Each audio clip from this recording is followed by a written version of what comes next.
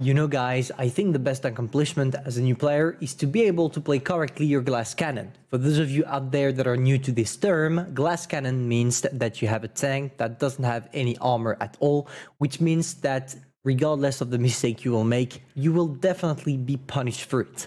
And it's the case of the Scorpion that can get overmatched by pretty much everything into the game. And today we have the pleasure of watching Pantoufleee playing his and showing us how the job is done. Because what you're about to take a look at, guys, is just an unbelievable game with the scope. What are the main advantages of that tank? Well, when it's top tier, I would say the first is its gun, and most importantly the gun, because 9.7 seconds of reload for 460 alpha damage is something from another world. And here it's gonna help our friend getting more than 6k damage, but no spoils, you are gonna see by yourself at the end of the game what kind of damage we are talking about.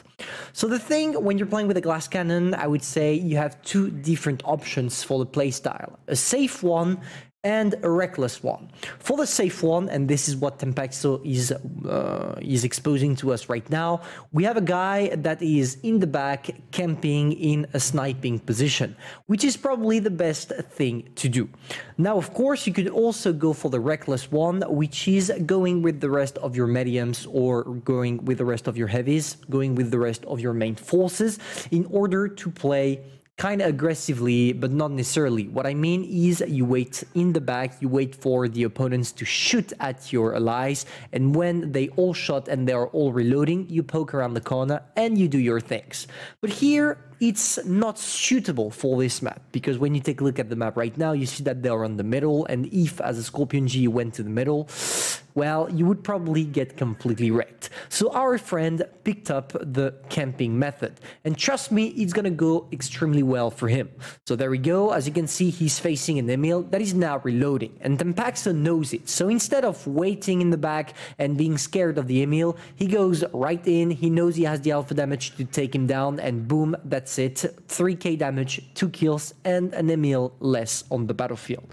Now, of course, as you can see, his teammates are not the best because they are getting completely destroyed. They have an AMX 3090 that is also camping, and this is going to affect a lot the playstyle of our friend Pantoufleee that was a little bit frustrated over the 2 shots on the T44 that missed completely.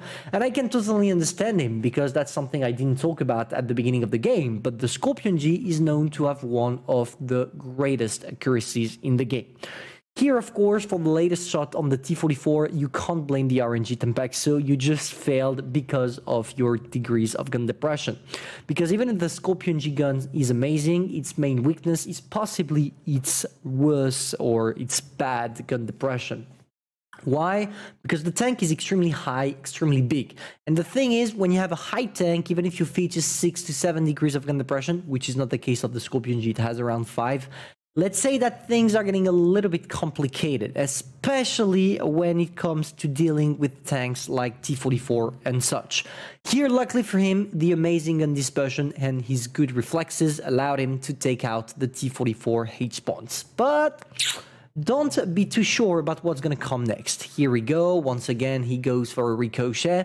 And now he's nearly in a 1 versus 4. He is actually in a 1 versus 4. Sorry, I didn't see that the 3090 was out. And now things are going to be really hardcore. So before jumping into what our friend is doing, let's analyze real quick the matchmaking. You see that he has a T44 right in front of him. And on the other side, he has the 3 tanks. We have the 30 right there. We have the KV4 right there, but I don't know where he is exactly because I did not spot him. And the last one, which is on this side. So our friend has to pick one side, because obviously if he stays in his position, as he's spotted, he will probably get wrecked by the T44 rushing him on the right and the 30 rushing him on the left. Therefore, no chances of escaping. No, here, as you have a really great and reliable gun, what you want to try is going on one side. And here, our friend picked up this one.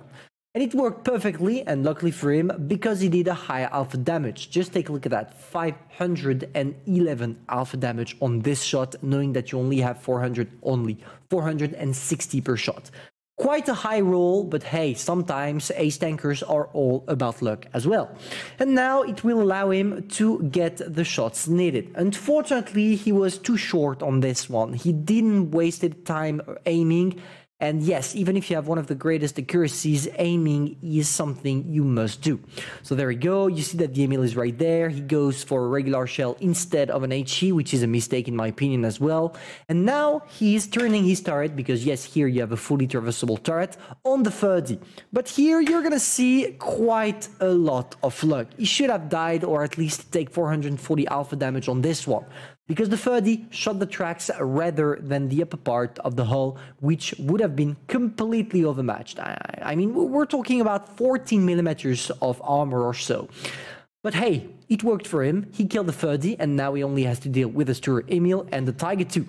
Luckily for him, his accuracy did everything once again, and now all he has to do is circle the Emil. He has a fully traversable turret, which is not the case of the Emil, and even if the Emil knows that it's probably one of the biggest mistakes of his life to try it out, he went in for no reason. Luckily for our friend, he managed to get him 5 kills, and now he only has to deal with the Tiger 2. And as you can see, the enemies are telling he's AFK. I mean, this is just free bread for our friend that just has to go search for the tiger, and once he finds him out, he will be able to completely annihilate the boy. But the cool thing is that as the Tiger 2 is probably going to be full life, he will be able to demonstrate the DPM of a Scorpion G when you shoot non-stop. And this is something really interesting. Just take a look at that. There we go for the first one. Unfortunately, now he's stuck with a PCR because he nearly used all of his shells. And there we go. You see that 9.7 seconds of reload is quite effective, even if the accuracy is not at the rendezvous today. I don't know why. You tell me.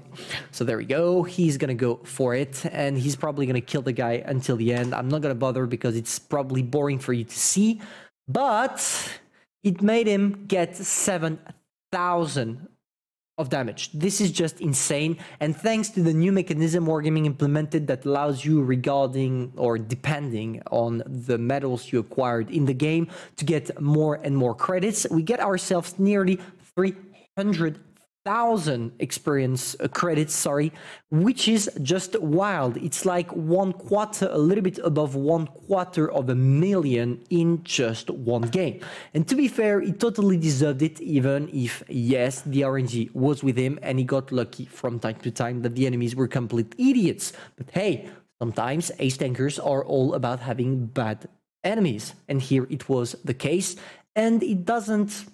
I don't know, I feel like it still deserves it. So hopefully, guys, you will be convinced to buy yourself the Scorpion G, which is available in the shop right now for 10,000 gold. Unfortunately, I don't have the offer anymore because I bought it to get the Rampanzer. But hey, when you take a look at the Mighty One, trust me, you will not be disappointed as long as you are a good player, because that thing right there needs a good tanker in order to be used correctly. So if you enjoyed, you know what to do, and I'm going to see you soon for a new video.